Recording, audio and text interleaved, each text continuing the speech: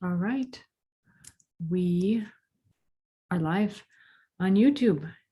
All right, Matt, we have Herb Talks with Matt. This is a sneak preview, a sneak peek, a new content that is being added to the Matthew Wood Institute of Herbalism. Thank you, Tara.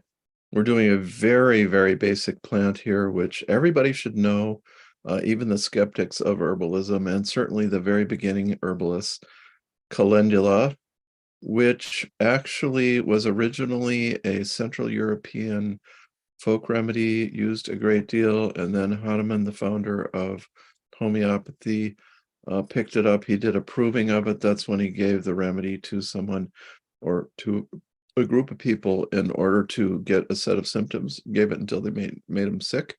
This is a very non-toxic plant. So he picked someone, interestingly enough, he picked a guy who had fallen into the mill wheels as a child. This is about 1810 or 20 or 30. And he had a lot of scar tissue on his legs. And after taking the calendula for a while, the scars opened up and began to discharge pus.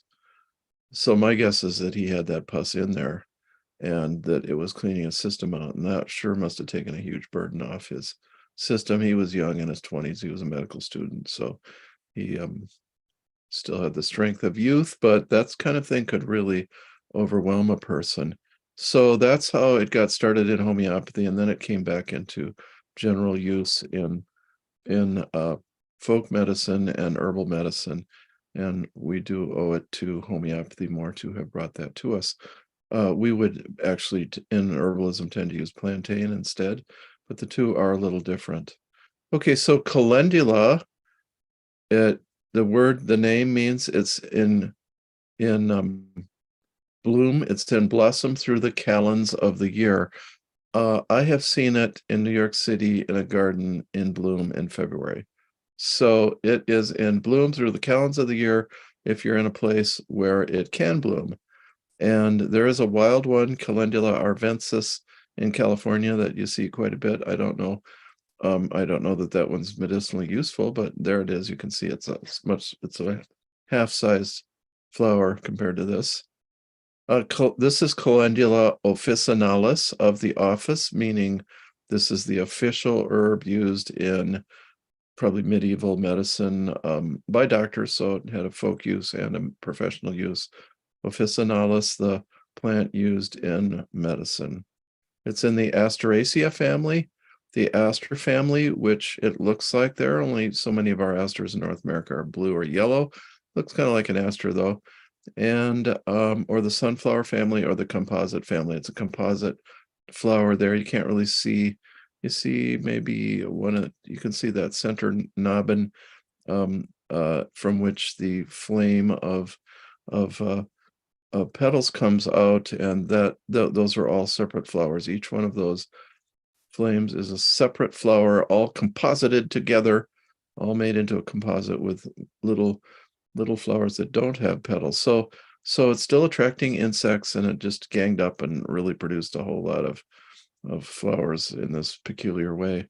We use the top of the plant. We would grab it. Well, you just put your fingers under that corolla, under that crown that is holding the flower up, and bloop, pick it off. And there's a resin all over the underside of the plant, and that's actually very important. There's resin all over the plant, but it is just, nobody wants to just use the whole plant. They all want to pick the flower tops and have these beautiful bags full of dried calendula flower like we see on our far picture there. And but the resin is very important. The flower itself is important too, because if you just try to eat the petals by themselves, they're mucilaginous, which means that they are mucus-like, which means that they coat and soothe mucous membranes and the skin and so on. And also, generally, the mucilages, I have learned, you can read about this in my book, Holistic Medicine and the Extracellular Matrix. The mucilages, they get into the matrix, the padding between all the cells. It's like the inner ocean, but it's more like an inner slop that is around everything. and between the blood vessel and the cell, everything that's in there. And it's very, very important area to keep healthy. And that's how we get rid of wrinkles, actually, is by strengthening the matrix. And there are various mucilages that are used for that. And believe me, that's not just made up. That definitely you can put your wrinkles in remission. I don't think you can cure wrinkles, but permanently. So we have so that's kind of the general background. Then the plant needs to be dried, and then you make your tincture or a salve, or there is actually pressed out juice used in homeopathy too, fresh, but otherwise it's almost always dried, because you can't make a good tincture from it if it's moist. It's got too much moisture in it. Tara, did you have a comment there? Yeah. Oh, well, you just came up as you're now the star, according to No, I was just laughing at your wrinkles comment. It's kind of like you cannot permanently delay death either. And maybe that was a Scorpio joke. Okay. Yeah. I was at an old folks home and I realized I'm 69 now and I'm still, chopping wood and stuff. And I realized, oh, you can't out finesse death, And I don't have much wrinkles because I'm an herbalist and we stay young forever until the last moments. Okay. And actually, if you go to an herb conference, you will see that herbalists look a lot younger than your average person. Okay, so as to the major uses then, let's see, I want to switch to, well, I don't really have that much in my notes. Actually, my books that I've written about this are very good, but I want to, I do recommend all my books out at the Earthwise Herbal and the Book of Herbal Wisdom. So we will go over the uses. So use number one, it is a wound remedy, and that's what Hahnemann introduced it for after his proving on the guy. And it is very good when there's pus. It is considered bacteriostatic, is what the scientists call it. And that means it keeps the bacteria from getting out of hand. It doesn't kill them. It just keeps the wound cleaning itself. And you can tell from the way that the wound works, that the remedy works on the wounds, that it cleans through the lymphatics, the drainage under the wound. It keeps doing that on and on and on. And whereas plantain tends to draw the pus and infection and splinters and glass and things out of the wound, so they act oppositely. So even though we had our own little remedy before homeopathy came along, we really do best to know when to use one and when to use the other. If you got a wound with dirt in it, you want to use plantain. Otherwise, you just use calendula most of the time. And especially if it's not open and it's pussy or something like a cat scratch and it's an infected wound, then calendula is real good, and you will not tend to open it up, whereas plantain would tend to open that up. Okay, so drains underneath, and from that, and so very good. It's your general all-around wound remedy in homeopathy. And my friend Julia Graves in Germany, she said, jagged cuts, scrapes reduces scar tissue as the wound gets better. So jagged, nasty, yeah, it's very good that way. Both plantain and calendula really help the body kind of keep the wound cleaner and better and healthier.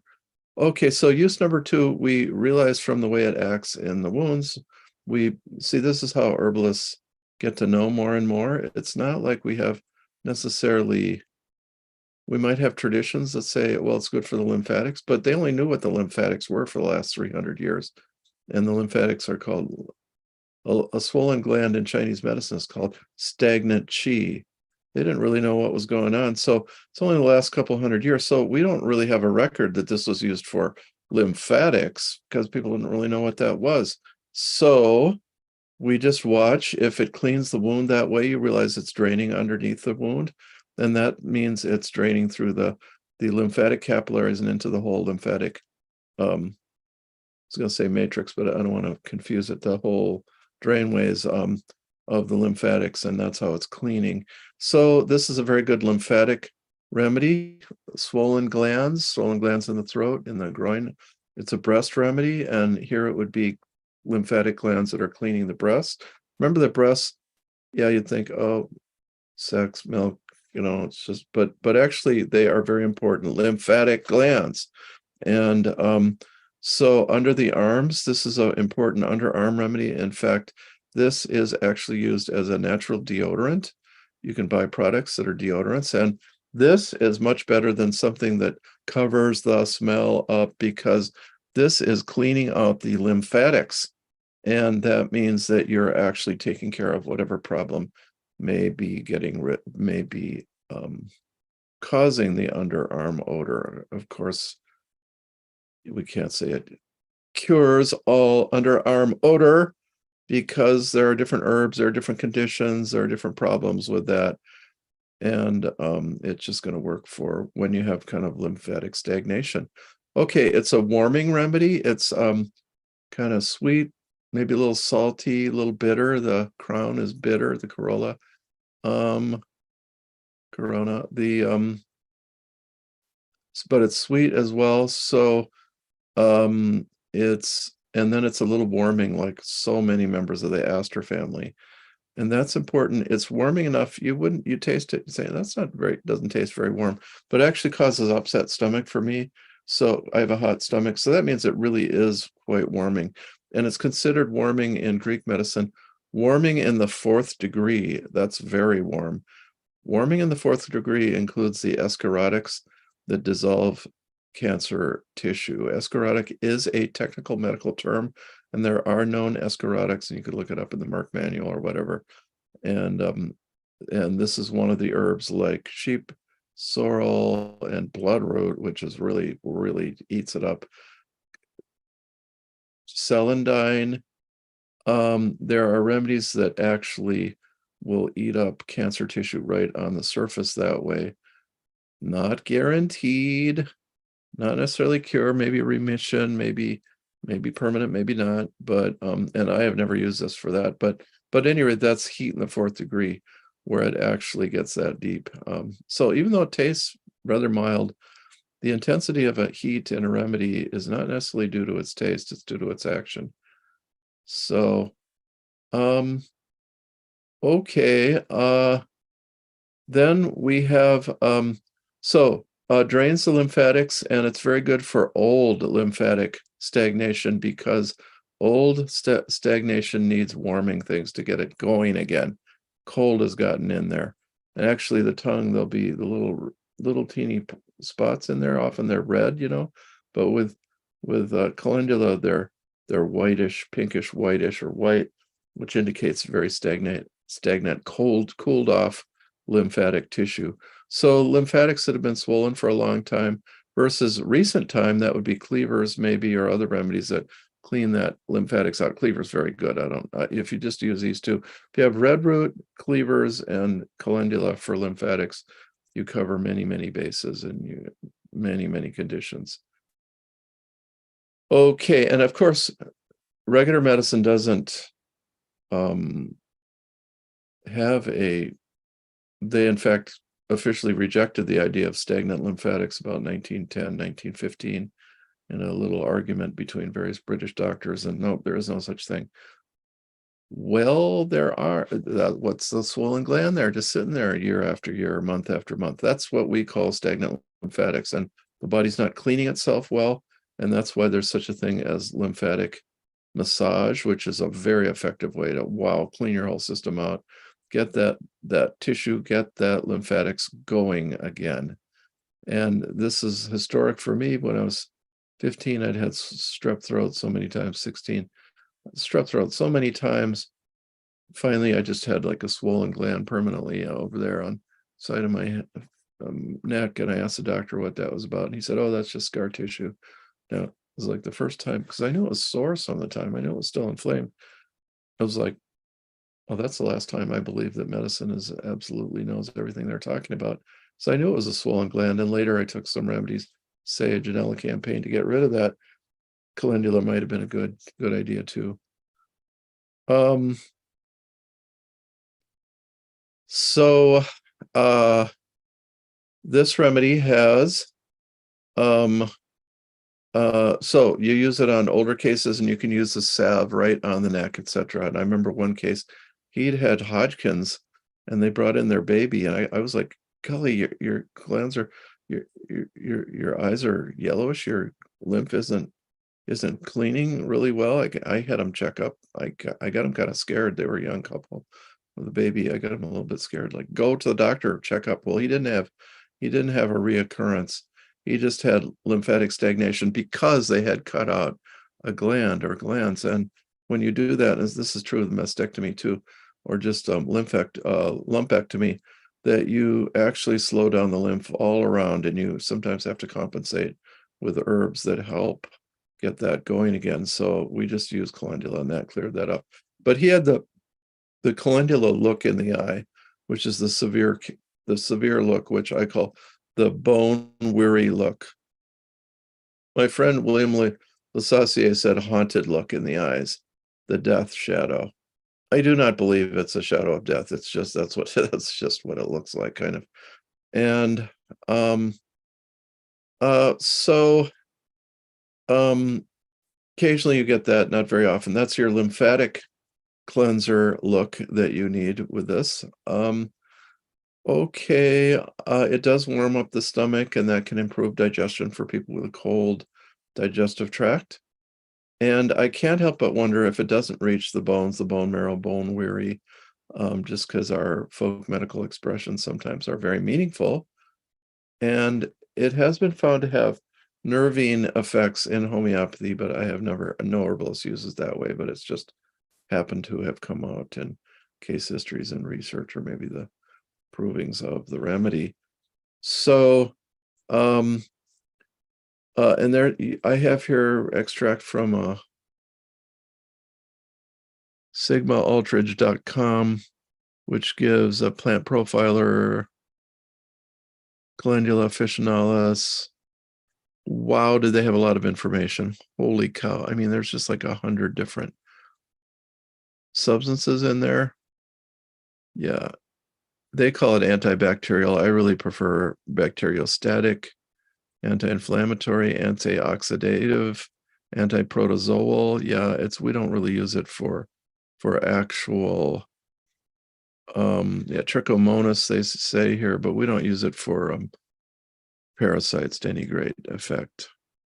Yeah, the antispasmodic, that's come out in the homeopathic. I guess if you have 100 ingredients, you can do all sorts of things. And that's been shown in some research to antiviral. Nobody used it for coronavirus, however. Anti-HIV activity of calendula has been demonstrated in vitro, specifically involving the inhibition of HIV-1 induced cytopathogenicity in vitro, in life. Wow. Not in vivo, not in a test tube. Okay, cytotoxic. Yeah, activates lymphocytes and okay. Yeah, possible anti-tumor effects in vivo in the test tube. Deodorant effects. Oh, I should say they mention here it's also called pot marigold in English. I don't know that anybody calls it that. Down south, my friend Phyllis says, well, we call it calendula, and it is Latin. I don't know which is correct, but calends of the year, in bloom through the calends of the year. Hypoglycemic effects, wound healing, yes. Okay, so that's that. Yeah, and we have Dr. Edward Shook's healing salve for ulcers, septic wounds, swollen glands, skin diseases, even put it on cancer, was walnut leaves cut. You could use walnut hull too. Echinacea root cut, marigold flowers, and eucalyptus. So we see some kind of antiseptics in there. And the walnut, we had a great case history from Phyllis on walnut. You'll have to go back to our lab, advertise for A to Z. That's a phenomenal case. I was just at the conference where we were talking about it. Everybody had heard that. phenomenal case with plantain and black walnut. Oh, I'm not going to talk about it here. You wouldn't believe it. And but that sets up a line of demarcation between the dying, rotten flesh and the good flesh. So, okay, this is native to the to kind of from Italy to the Baltic and east and west into Europe there, Central Europe. And I guess use number 3, a final use here. It was used as a general immune tonic, and I have to say, yeah, nothing tastes to me more like some of those like Siberian ginseng actually than calendula. I don't know that they're both mild, or at least the leaves very mild here. I don't know that that means anything, but it has a effect kind of like an adaptogen. So it was used by the peasants in the wintertime in Central Europe. So you'd put it in the stews, and it would make them more resistant to winter heat, winter cold. And it actually expels stuff through the skin. It's a diaphoretic kind of, you get a kind of sticky, oily discharge through the skin. It's more acting on the suitor on the oil glands than the sweat pores, the regular sweat pores. But it cleans the skin, and then you're healthier through the winter. And so it's similar to the uses of various winter tonics in other cultures, like ashwagandha. Excuse me, astragalus. It's astragalus that tastes almost identical to, yeah, not Siberian ginseng. Really kind of weird that they taste so similar and they have that similar effect. And then there's various American Indian remedies that are used to strengthen the skin for resistance against cold, so you don't go out there and sweat when you should be puckering up your skin. Okay, so that's pretty much the major uses, kind of those there's not very many people that use it as a tonic like that anymore, but I would definitely say one could use it that way for fall and early winter to prepare. So, do we have any case histories from Lee or from Tara at all? Do you guys? Yeah. Yeah, when I was, as you say, a baby early herbalist, I still consider myself a baby herbalist, but you experiment making remedies, right? And things. And so I made an oil combination. I think I had leftovers and I just kind of combined stuff like this would be a neat combination. So I made a calendula oil with chamomile and lavender oil. I thought, well, this, I don't know, seems neat. And so I gave it a try, and we were discussing on a previous video about ashwagandha, by the way, that I tend to have more of a vata, sometimes pitta-ish constitution. And so in the winter, I really don't care for winter. I'm like, well, let's see how warming this can actually be. And plus oil, right? In Ayurveda, oil is very good for the vata constitution. And so it's great after showers in the winter. I would just put oil on rather than lotion or something, which is supposed to constitutionally help. Then the herbs, it's all a combination, as well as moving lymph and so forth. So in the winter, I didn't notice so much, what it was doing. But as spring approached, I was like, wow, I'm feeling kind of warm. And it felt like I had like long johns on or something, like an extra layer of fat or something that just kind of kept things a little bit warmer. And then it finally occurred to me, oh, I guess the calendula is really warming and it does really work. So that was my aha moment. And since it is a cat scratch remedy, I thought I'd show our new little kitty, Cute. Oh, Joya. what? Joya? Joya. Oh, nice. Well, He get turned- to meet her in present next week when we do our conference. We have a conference out there in Hutchinson, Minnesota, which you can look up through the Matthew Wood Institute. And yeah, you're gonna get cat scratches, aren't you? Yeah. Right now they're a little too tiny. It's just if she crawls up by my neck, but yeah. Or we don't remove the claws. We've had good luck training our kitties to not be scratchy. So knock on wood with this one too. So it was a good opportunity to share. Yeah, That's so we can imagine the European peasants, and that's damp, cold weather. They want to warm up from the inside out. So that is interesting. I have not known anybody else who did that. And so, wow, that is pretty interesting. And also you get the damp, cold. It's considered neutral. It was classified as neutral, not too damp, not too cold, not too damp, not too drying, but it actually does dry. It moistens when needed and it dries when needed. And so it's drying to a wound that's like, it kind of dries the pus out and excess serum and things like that. It is somewhat drying. Or it's very good. When I was a canoeist when I was young, and my hands would get in the water all the time, and you get infected cuts and things, and it's very good for that type of cut. So great. Anything you want to add, Lee, at all? Well, one thing that stuck out for me, and it was a little too late for it, but I think this was like actually the very first live thing that we went to, and we were talking about something, and you just kind of was like, you asked me, you're like, oh, did you have nightmares as a child? I'm like, yeah, I had night terrors. Speaking of, ashwagandha. And you're like, yeah, calendula, to bring sunshine into that when you're afraid of, when you're afraid of the dark. Yeah, And right. yeah, that was it. And it tied into the whole night terrors thing too. And so that made a big impact. Like, okay, that's, if you're afraid of the dark, calendula. Yeah, I have used that for children afraid of the dark. It's herbal sunshine. So back in the old days, and that's actually yet another use. It's a vaginitis. I've never used it for this, but it's yeast infection. And Chris, one of the herbalists at present moment there, Chris Hafner, he's retired now, but he said it's for places where the sun doesn't shine. So yeah, under where all the lymphatics are, under the chin, under the arms, under the breasts, in the crotch. So I remember I was up on a ladder and this woman came in and she kind of whispered, she said, do you have a remedy for problems where the sun doesn't shine? I said, Chris, she needs a remedy for where the sun doesn't shine. I don't know if she ever came back again, but but we may have given her a calendula.